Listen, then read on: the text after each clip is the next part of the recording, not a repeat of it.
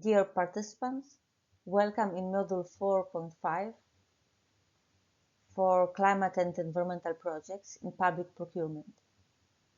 Today we will talk about how to spot corruption schemes, substandard or undelivered output versus payment during contract implementation. Let's begin. Let's start with the reporting template. This webinar is designed to guide you through the monitoring process in a clear and structured way. It follows the same logic as the report for monitoring projects. The reporting template is divided into the 3 steps. Step 1 is the desk analysis. This is where you review the contract information and spot potential corruption risks. Step 2 focuses on contract implementation. And step 3 looks at the results and impact, so evaluating whether the outcomes match the objectives and serve the public interest. In today's webinar, we'll be focusing on step 2, contract implementation for climate and environmental projects. Specifically, we will look at how corruption schemes can emerge when payments are made for outputs that are either substandard or not delivered at all. Our goal is to understand how these risks appear in practice and what can be done to spot them early. Let's begin. This is a common corruption scheme that affects public projects. Sometimes contractors deliver substandard work, meaning the quality is lower than what was promised. For example, they might use weaker concrete, plant fewer trees than agreed, or leave buildings unfinished. Other times, there is undelivered work. Parts of the projects are simply not done at all. Maybe a certain structure is left incomplete, or promised facilities never get built. Now, here is where the corruption comes in.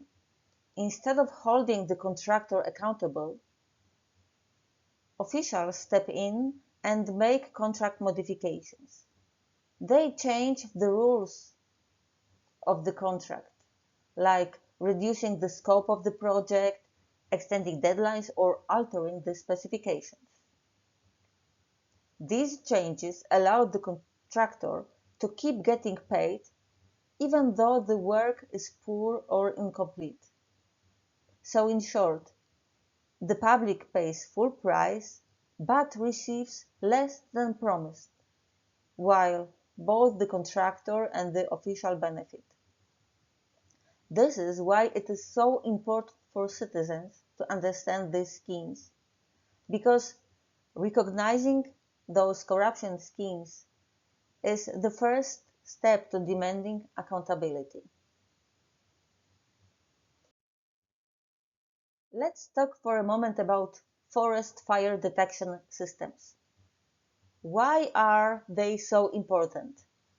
Well, forest fires are one of the biggest threats to both people and nature. They can destroy homes, wildlife habitats, and even entire communities. And with climate change, the risk of large, fast-spreading fire is only getting worse. The key to reducing damage is early detection. If a fire is spotted quickly, then firefighters can respond before it grows out of control. That's where detection systems come in. These systems use different kinds of sensors.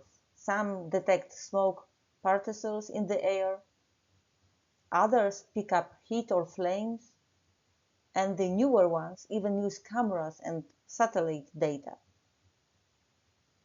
Think of them as an early warning network for forests. Instead of waiting for someone to notice smoke from miles away, these systems continuously monitor the environment. and when they sense something unusual, they send an alert right away. And that saves precious time, and in wildfire situations, every minute can make a difference between a small incident and a disaster. Now, I'd like to share a troubling case of fraud involving EU funds. A project designed to improve forest fire detection was awarded to a consortium of 5 small companies from France, Ireland, Romania and Spain. On paper, it looked promising, but in reality, these companies never had the capacity to deliver.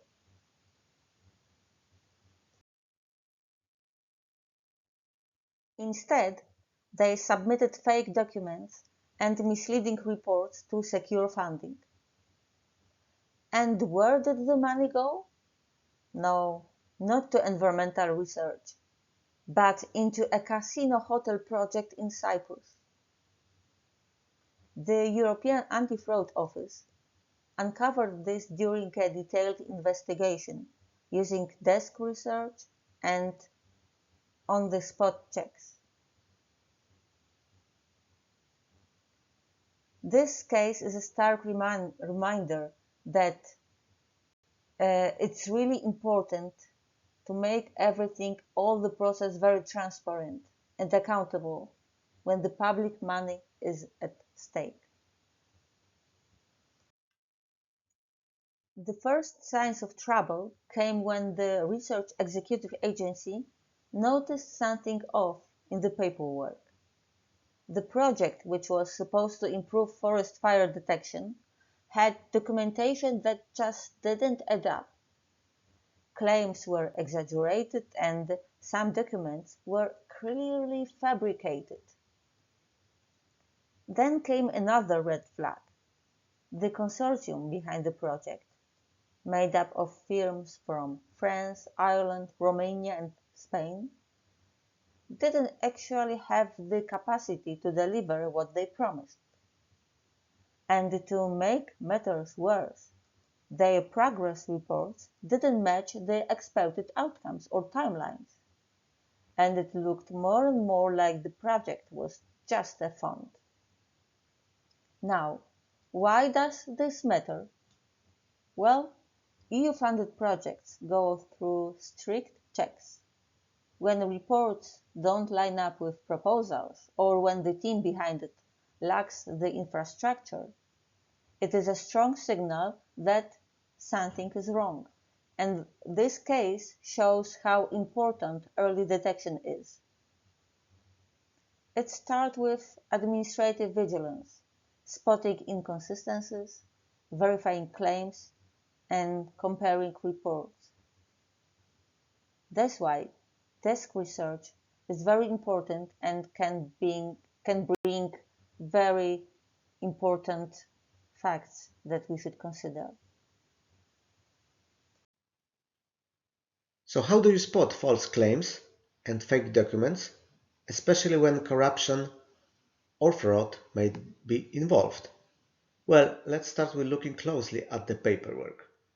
If different parts of an application or report don't match, like timelines, numbers, or descriptions, that's a red flag. Another giveaway is when the promises seem too good to be true.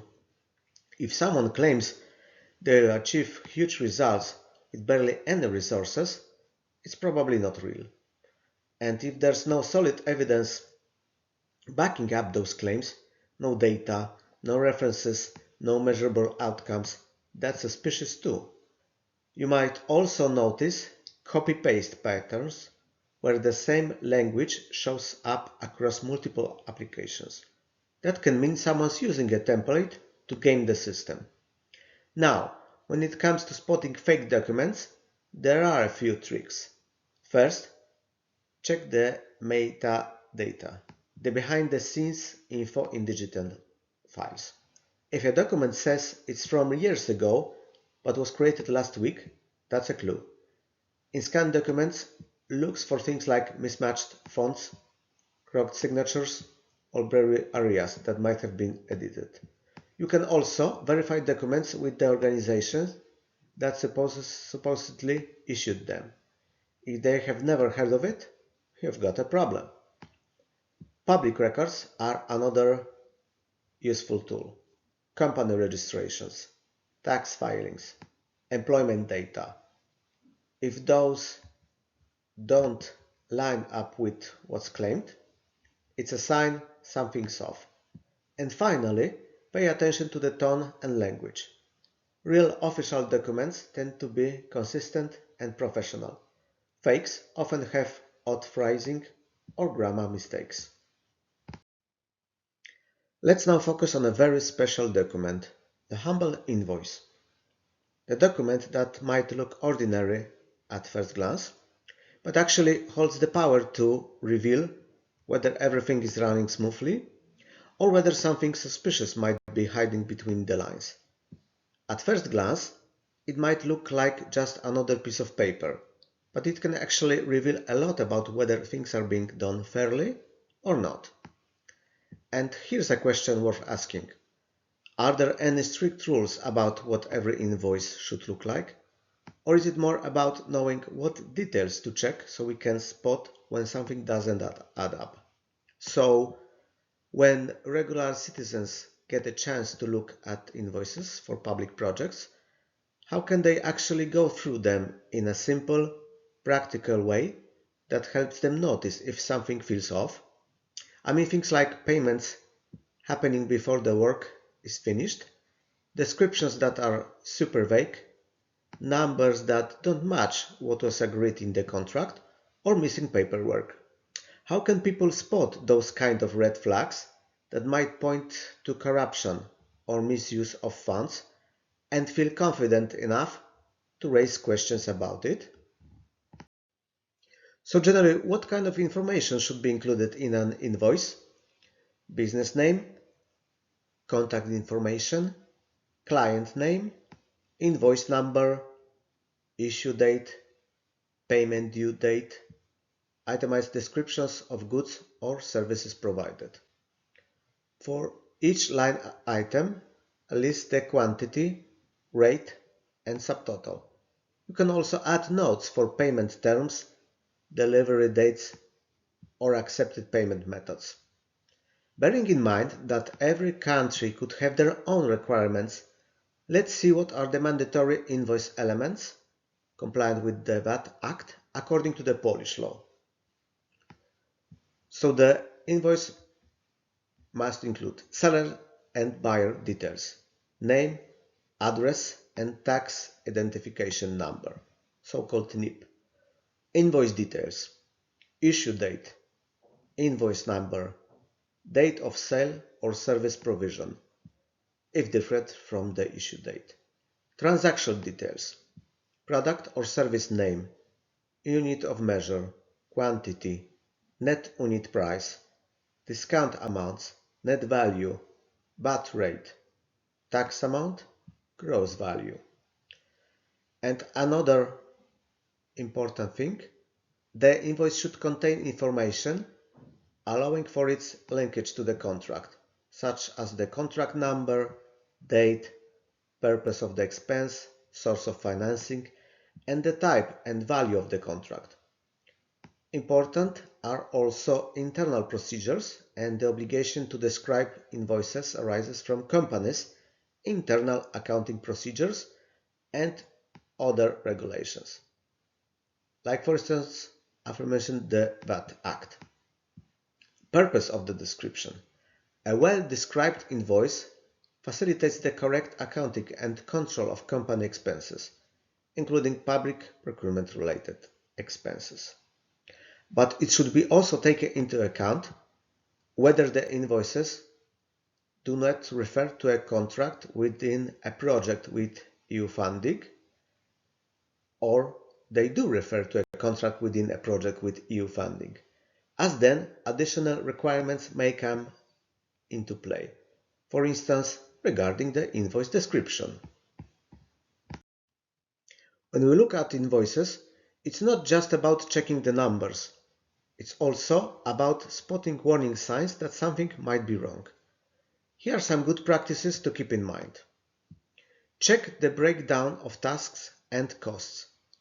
Make sure the invoice clearly shows what work was done and how much each part costs.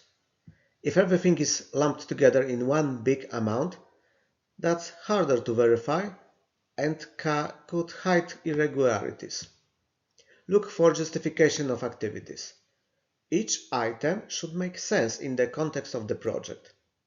If you see charges for services or materials that don't match the contract or the project's needs, that's a red flag. Verify staged payments against deliverables. Payments should be linked to actual progress. If an invoice asks for full payment before work is completed or verified, that's risky. Always check that the deliverables match what's being billed. Check VAT and total calculations. Transparency in taxes and totals is important. If VAT is missing, miscalculated, or inconsistent, it could signal manipulation. Double check that the math adds up. Compare invoiced with contracts and permits. Make sure the invoiced work matches what the contract required, and in the environmental projects, what permits allow. For example, if the invoice lists materials not approved in the environmental permit, that's a red flag. Watch for patterns across invoices. Sometimes corruption shows up not in one invoice, but in a series. Repeated vague descriptions, identical amounts for different tasks, or subcontractors billing for work they never performed can all point to risks. So when you read an invoice, don't just skim the numbers. Break it down. Ask if each activity makes sense. Check that payments match progress. And make sure the totals are transparent. Compare invoices with the contract and permits. And look for patterns over time. These simple steps can help spot corruption risks before they cause real damage. When governments award contracts for climate or environmental projects, it's just not about picking the lowest bidder. It's about making sure the company actually has the right experience and expertise. Now, imagine this. A firm registered mainly under agriculture suddenly wins a contract to deliver advanced water monitoring technology. If the company's business activity code doesn't match the nature of the contract, it should raise questions. Another red flag is when a company has a long list of unrelated activities: construction, IT, farming, consulting, all under one roof. That kind of profile can look unusual and may suggest the company is being used as a vehicle to channel contracts irregularly. In climate and environmental projects, where technical know-how is critical, whether it is restoring wetlands, managing water systems, or installing renewable energy infrastructure, these mismatches can undermine the project's success and point to possible corruption risks. You may think of it like ordering a pizza. If you want a proper Italiano-style pizza, you would never go to a place that mainly sells sushi. The result probably won't be what you expected. So the key takeaway is simple. Always check whether the contractor's profile and expertise align with the contract that they have been awarded. And if not, it is a time to dig deeper and check what is behind. Thank you so much for being part of this webinar. When we learn to spot corruption red flags in climate and environmental projects, we are just not ticking boxes. We are protecting public resources and making procurement stronger and more fair. I really appreciate your energy and engagement on such an important issue. Thank you.